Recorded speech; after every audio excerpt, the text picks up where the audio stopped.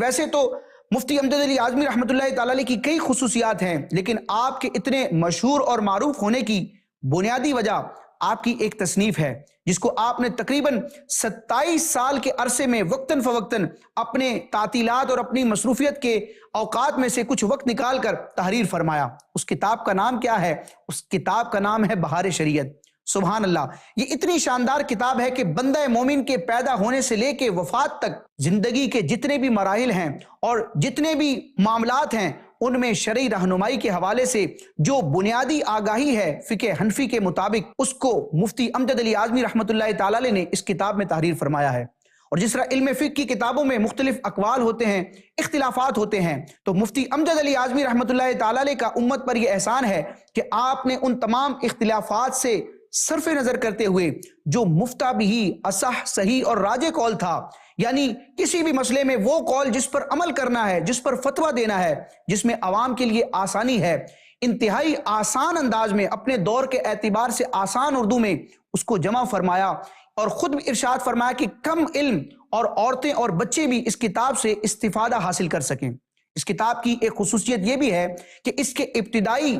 کچھ حصوں کو اعلیٰ حضرت امام اہل سنت کی بارگاہ میں پیش کیا گیا، اعلیٰ حضرت نے اس کا مطالعہ بھی فرمایا اور اس پر تقریض بھی تحریر فرمائی، یعنی اپنے تاثرات بھی تحریر فرمائے، اور اعلیٰ حضرت امام اہل سنت جیسی شخصیت نے مسلمانوں کو یہ ترغیب دلائی کہ اس کتاب کا مطالعہ کیا جائے۔ اور اس کتاب بہار شریعت کی ایک خصوصیت یہ بھی ہے کہ اعلیٰ حضرت امام اہل سنت کی جو فقہی تحقیقات ہیں، خواہ وہ فتاوی رضویہ میں موجود ہوں، جد الممتار میں موجود ہوں یا دیگر آپ کی تصانیف میں موجود ہوں، صدر الشریعہ بدر الطریقہ مفتی امجد علی اعظمی رحمۃ اللہ تعالی علیہ نے فقہی ابواب کے تحت اعلیٰ حضرت امام اہل سنت کی تحقیقات کو مدار بنایا ہے۔ اور اگر یوں کہا جائے تو بالکل بے جانا ہوگا کہ بہار شریعت فقہی تحقیقات کے اعتبار سے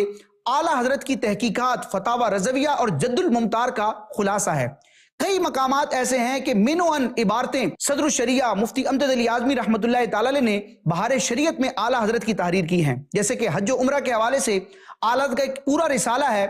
انوار البشارہ فی مسائل الحج والزیارہ، جو کہ فتاوی رضویہ شریف کی 10ویں جلد میں موجود ہے۔ مفتی امجد علی اعظمی رحمۃ اللہ تعالی علیہ بہار شریعت کے چھٹے حصے میں اس پورے رسالے کو شامل فرماتے ہیں، من و ان اعلیٰ حضرت کی عبارت کو تحریر فرماتے ہیں، اور اس طرح کے کئی ایسے مقامات کی علماء نشاندہی کرتے ہیں کہ اعلیٰ حضرت نے جو ریسرچ کی اس کو آسان پیرائے اور آسان الفاظ کے ساتھ مفتی امجد علی اعظمی رحمۃ اللہ تعالی علیہ نے تحریر کیا۔ مدنی چینل کے ناظرین، اس کتاب میں صرف فقہی مسائل ہی نہیں بلکہ ہر ٹاپک پر، ہر فقہی مسئلے کے حوالے سے مفتی امجد علی اعظمی رحمۃ اللہ تعالی علیہ نے بہار شریعت کی ابتدا میں، ہر چیپٹر کی ابتدا میں قرآن کی آیات تحریر کی ہیں، اس کے بعد احادیث طیبہ ذکر کی ہیں، یعنی شرعی احکام پر مشتمل سینکڑوں آیات اور ہزاروں احادیث اس بہار شریعت میں موجود ہیں۔ تقریباً 17 حصے مفتی امجد علی اعظمی رحمۃ اللہ تعالی علیہ نے خود تحریر فرمائے، اور پھر آپ نے وصیت فرمائی تو آپ کے تلامذہ اور علماء اہل سنت نے